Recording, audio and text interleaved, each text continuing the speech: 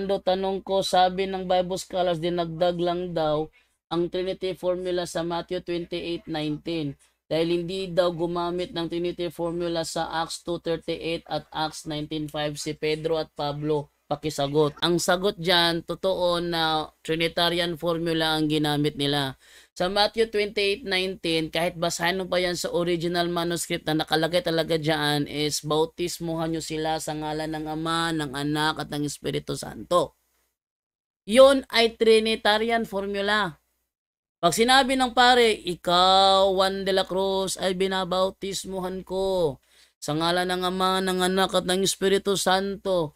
Trinitarian method yan. Yan ang aming bautismo sa aming mga binabautismuhan.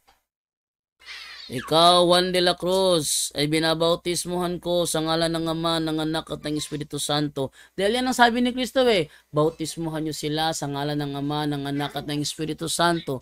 So, yan ay Trinitarian method. Yun naman sinasabi naman doon sa pagbibinyag ni na Pablo at saka ni Pedro. Sabi doon kay Pablo, ano bang natanggap ninyong bautismo? Sabi ng mga tao, bautismo ni Juan. Ganun ba? So may natanggap yung Holy Spirit. Sabi na, ano yung Holy Spirit? Wala kaming alam ng Holy Spirit. Dahil doon, sila ay binautismuhan ni Apostol Pablo gamit ang authority ni Kristo. Binautismuhan sila sa ngalan ni Hesus Kristo. Ano ibig sabihin nun? Gamit ang authority ni Kristo. Ano bang authority ni Kristo? Ang unoma kasi doon, ang unoma doon sa talatang yon, ang ibig sabihin authority. Ano ba ang authority ni Kristo? Sabi ni Kristo, bautismuhan niyo sila sa ngalan ng Ama, ng Anak, at ng Espiritu Santo. Therefore, huwag niyo sabihin sa akin. Nung tinanong niya yung mga tao, kaninong bautismo ba ang natanggap ninyo? Bautismo ni Juan. Ibig sabihin ba, nagbautismo si Juan? Binabautismuhan ko kayo sa pangalan kong si Juan. Ganun ba? Mali. Binautismuhan sila ni Juan. Pero ang bautismo binigay ni Juan, hindi niya yon, hindi yon bautismo sa pangalan ni Juan. Ganon din, ang bautismo sa pangalan ni Jesus, ang ibig sabihin nun, authority ni Jesus. Gaya ng bautismo ni Juan, authority ni Juan. Bautismo ni Jesus, authority ni Jesus. Ano ang authority ni Jesus? Bautismuhan nyo sila sa ngalan ng Ama, ng Anak, at ng Espiritu Santo. Kaya Apostol Pedro, ganon din, sa Gawa 2:38. Binautismuhan sila sa pangalan ni Jesus. Ano ibig sabihin nun? Binautismuhan sila gamit ang authority ni Jesus. Kaya nga, sabi ni Jesus, bautismuhan nyo sila sa ngalan ng Ama, ng Anak, at ng Espiritu Santo. Ano ba ang meaning ng Trinity? Trinitas, unidad. Di ba? Tatlo na nagkakaisa. Sino yung tatlong na nagkakaisa? Ang Ama, ang Anak, at Espiritu Santo. Talaga naman nagkakaisa yan. Never naman nangyari na nagkontrahin tatlong yan. Talagang magkaisa talaga yan. Nagkakaisa talaga sila. Kaya nga, Trinity. Tri-unidad. Yan ang meaning nun.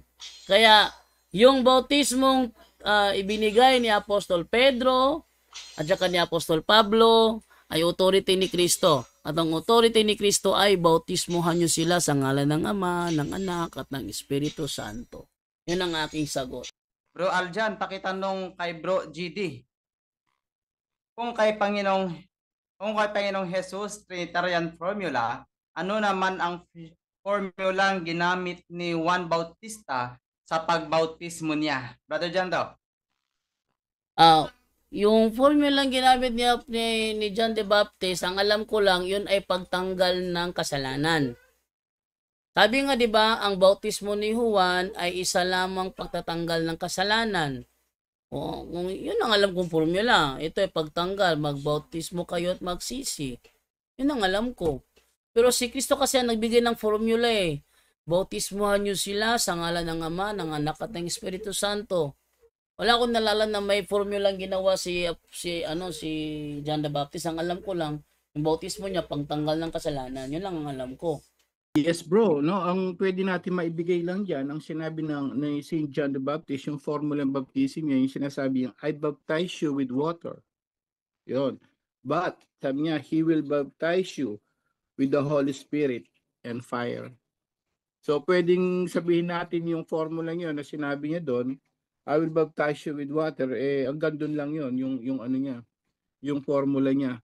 But kagaya nga sinabi natin kanina, ni Bro Jando, no, sinabi natin pa yun sa Kristo, so dinagdag na niya yung sa pangalan ng Ama, ng Anak ng Espiritu Santo. Ang baptism na ginawa ni Saint John naman, usually tubig lang yan eh. Wala pang ano yon, wala pang banal na espiritu noon during that time, kapatid. Yun po, kapatid. Ayun. Thank you so much, Brother Angel. Bro Christian, mukhang nagsalita ka kanina, bro. Yes, dahil usapang bautismo tayo, may tanong dito na naka-ano kang Bro Jando, naka-address. Bro Jando, tanong ko, bakit iba at hindi gamit ng Trinity formula ang bautismo ni Pedro at Pablo sa Acts? Iba ito sa Matthew 28:19, Trinity formula na bautismo? Pakisagot. Salamat. Sinagot ko na yan kanina. Yung onoma na sinasabi doon sa Gawa 2:38, yun ay tumutukoy sa authority. Pakita ko muna para to prove na yun ay hindi literal na sinabi sa ngalan ni Jesus. Hindi. Yun ay authority. Ibig sabihin, authority ni Kristo ang ginamit doon. Ito. Name. Ito tayo sa name. Ayan. Ayon dito sa King James Version, dito sa the New King James Version New Testament Greek Lexicon, ang ginamit diyan is, ang meaning ng onoma diyan is rank, authority, interest, pleasure, command, excellences, deeds, etc. So ang tinutukoy diyan is authority, yan o, rank, authority. Authority ang meaning yan. Yung nasa Gawa 2:38 na ginawa ni Apostol Pedro, yung in the name of Jesus, ang meaning noon, the authority of Jesus. Ano ba ang authority of Jesus? Yung sinabi sa Matthew 28:19. Kaya nga Trinitarian method ang ginawa ni Apostol Pedro. Ang problema kasi sa mga Juanes, yung name doon, nililiteral nila na ibig sabihin ng name, literal name. No. That's rank or authority. O ano pa? Sa iba naman kayo. Sa Thayer's Greek Lexicon. Ay, wait lang. Kung lumiit. Wait lang ha. Wait. Lumiit eh. Sa Greek Lexicon naman ito naman sabi dito. Ano na meaning yan? By one's command and authority. Oh. The same. Oh. Sa onoma. Ayan o, onoma. Name, onoma. Ang meaning yan, by one's command and authority. Hindi siya literal na pangalan.